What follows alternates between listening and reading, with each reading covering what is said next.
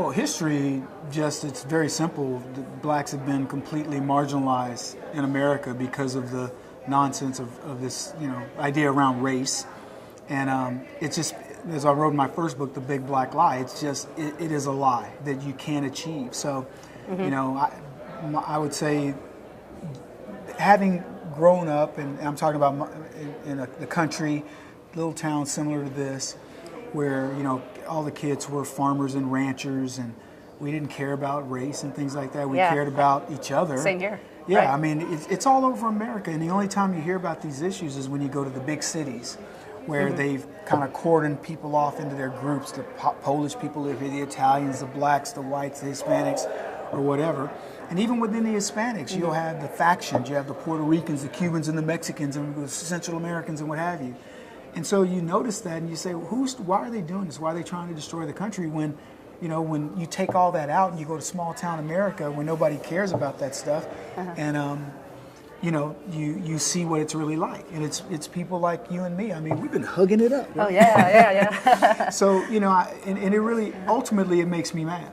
Oh, I know, it makes me mad too. The reason I liked your book, Race Pimping, is I knew somebody that all of a sudden it was like, told me I had a bit of racism in me, even though I didn't know I did. And it's like, what?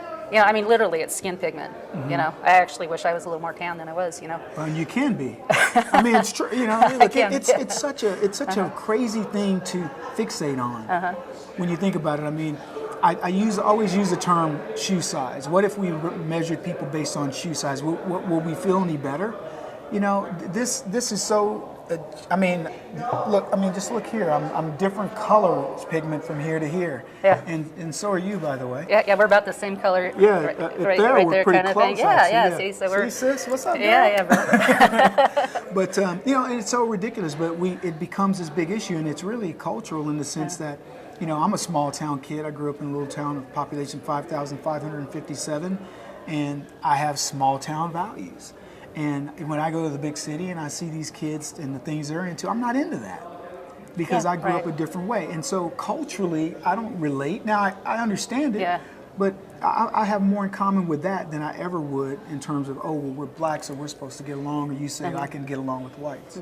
So in Race Pimping, what's your big message? The crux there was a joke. It was written as a ShamWow commercial for white people to not let Al Sharpton and Jesse Jackson get all the race money. Oh my goodness! It was really written as a joke, and which had, of course, in all my books, that layer of truth, right? Yeah. And the layer of truth is, we've got a group of people who create these so-called problems that don't exist. Go! I don't know how many people are in this town where we are, black people, whatever. Yeah. But here's what I'll tell you. Go to any inner city or any town like this and watch people going in and out of a store. Yeah. Blacks aren't flashing gang signs. Right. Mexicans aren't talking about immigration or whatever. They're going in, they're getting their groceries and coming out. And they're passing each other and interacting. Yeah. This is Oregon. Yeah. You guys have the Ducks. And I bet you at football games, there's all kinds of people cheering. And when your track team runs, they're all, at the Prefontaine Classic, everybody's loving the green, right? The green and gold. So it has nothing to do with color. And when you see people make things in the color, when you watch the day-to-day interactions, it really is infuriating because it's about money. Yeah, right. Well, and if anything, I think blacks have a bit of an advantage. Right because of the sports. I mean, just overall in general. I mean, I don't know what it is. Maybe just kind of the, usually taller physical traits or whatever. Well, I mean, look, I don't know that I agree. I think that I can take a kid who's little, and I mean, genetics helps in some form, but it's really working at it hard. And I remember, I think it was forget his name, but the guy who batted 400. In baseball. Eric Davis? No, older guy, not Koufax was a pitcher, but Ted Williams. Okay. And Ted Williams, they used to call him the natural. Yeah. He used to hate it. He goes, the natural. He goes, I go out there and I swing the bat 1,000 times a day. Yeah. He goes, what's natural about that? I go out there and I work hard. Right. And that translates into something else. So, you'd give me a kid that's 8 years old, I'll make his hand-eye coordination so good Right. that he'll be an amazing boxer or an amazing baseball player or an amazing hockey player, as long as I keep him in whatever he's doing. So yes, there are some genetics. I mean, I can't make a kid run faster than Usain Bolt if he's got elephant legs, but I can certainly make him good at what he does by doing it. So I don't know that those are the advantages. The advantages I'm talking about are you take the God-given gifts that you have, Amen. you find the thing that you're good at, Right. and you work hard at it. That's and right. guess what? Nobody's going to keep you down. Yeah, right. From my experience, because I grew up in a fatherless home, this is why this whole issue just, it makes me angry too.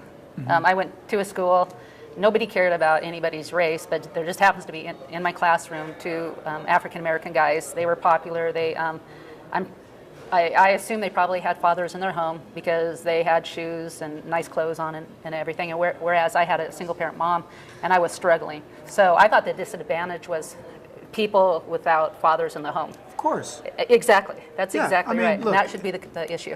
Yeah, well, the problem with that is that it's pervasive in the black community that they don't have it. So you were kind of I wouldn't say you're an exception because it certainly happens in all cultures.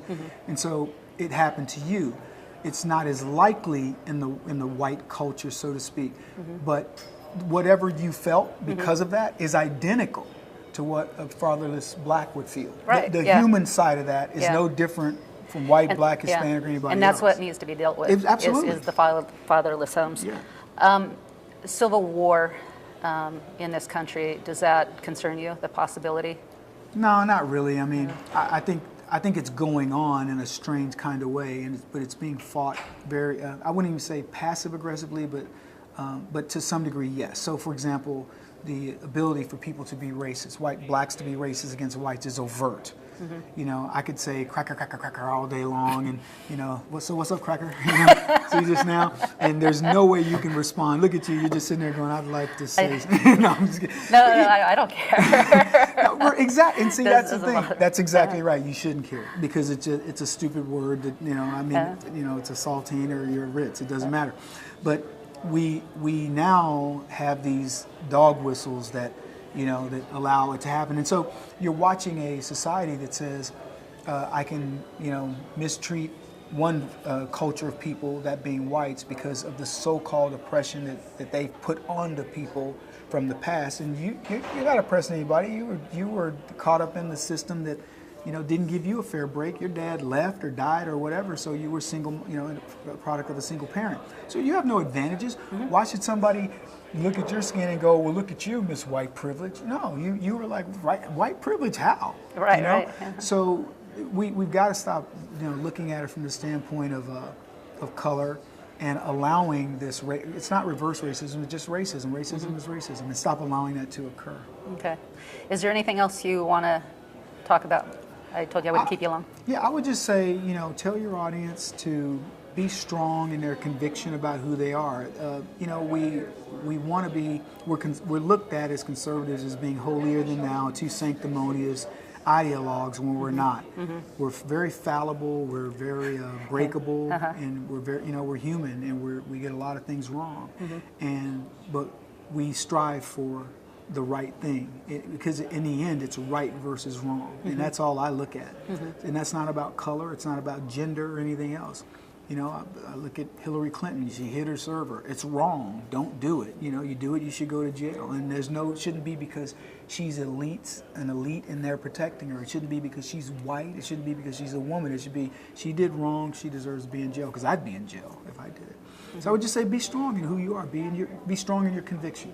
Okay. Can you encourage the viewers to tune into your radio show? No. No? Okay. Yeah, my show is at kjradio.com, and they can get it live during the hours that we broadcast. When they go to that, they can hit the listen live button, or they can get it, like aperitifs, or they could get a whole meal, or they could get dessert, or they could, because they can just do whatever they want. They can listen to whatever segment they want at any time, day or night. Okay. Well, thank you. My pleasure. All right, that was Kevin Jackson. So tune into his radio show if you want common sense, if you're tired of this racism, pimping stuff going on. I know I am. And also, get his book, Race Pimping. RacePimping.com. RacePimping.com.